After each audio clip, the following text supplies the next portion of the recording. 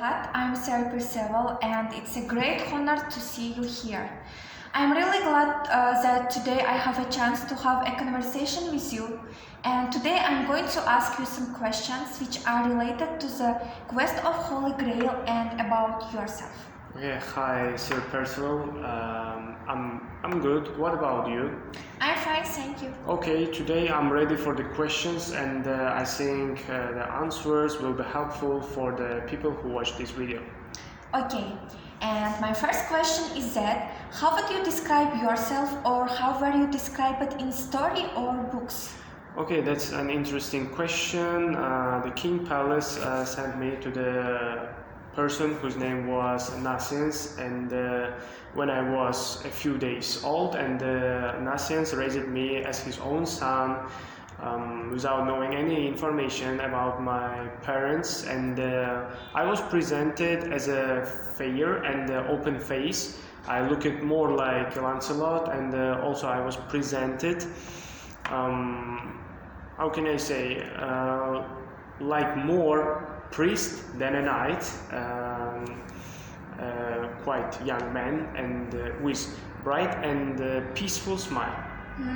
Great, you responded to questions perfectly. But was there any secret about you that nobody knew it? Let me think. Yeah, actually there was a secret that I'm a son of Lancelot by Blanchefleur of Carbonic, and so no one knew it. And may I ask my next question? Of course you may. Then could you tell me when you were sitting down at the round for the first time? Yes, it's already started to be cool to have an interview with you. Well, as I remember, all the knights and the ladies sat down at the table, and only King Arthur saw that something was wrong because there were no empty place opposite of him, and no man had dared to sit in the siege perilous for 24 years, but I could find potency to sit in the chair, and it was no longer empty. That's great. Sir Galahad, would you be comfortable to retell the event with drinks from the Grail? Drinks from the Grail. Okay.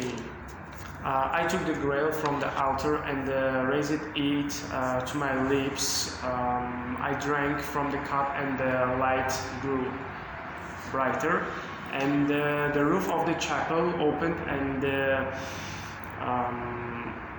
light of the heaven shone down. When the light faded and the music ended, the knights took the body of the King Palace, and then they buried the body of King at the door of Grail Chapel. Great, and thank you for coming. Oh, thank you for inviting me. Thanks. Thank you.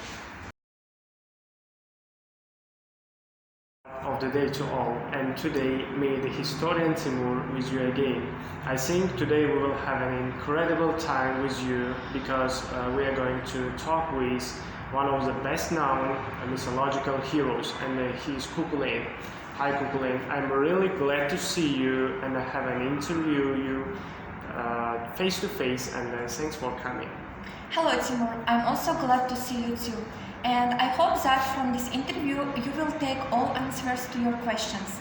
And taking advantage of the moment, I will be able to share all my stories with young generations. Well, it's been well known that during your life you had a lot of fights, and you killed quite enough armies, but the story when you killed the Queen Myth and her invading army, it still sounds fascinating and marvelous for us. Could you share us some information?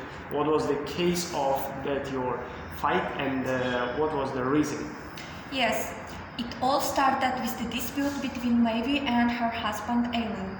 They began to tease each other about who held the higher status. So to settle this problem, they started to count out all their belongings. Okay, and how was the result? Could they find the difference between their belongings? Sure, the only difference between them was that Aelin had a magnificent white hermit bow, and maybe commanded her army, to invade Ulster and bring it back to connect. Mavis' timing was perfect. The soldiers of Ulster were paralyzed for 5 days and 5 nights by Mavis' curse. Okay, and what about you? Could you stand between the Queen Maeve and her invading army? I was strong enough to fight on. I met the armies of Connacht as they crossed a river into Ulster. Single-handedly, I killed them and hundreds of Connacht soldiers and slowed their advance to a crawl.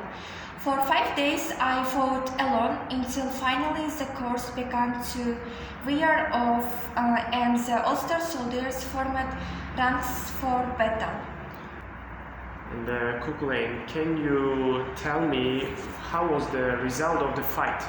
Yes, the result was acceptable. Maeve reinvaded Ulster in later years, taking her revenge on me for the devastation I have to say, usurped on her army. Maeve was ultimately killed herself by Elbidi, the son of her martyred sister. Okay, that was my last question, and thanks for coming. Today I interviewed Cuchulainn, and I think the given answers will be helpful for our generation. Thank you. And thank you for inviting me.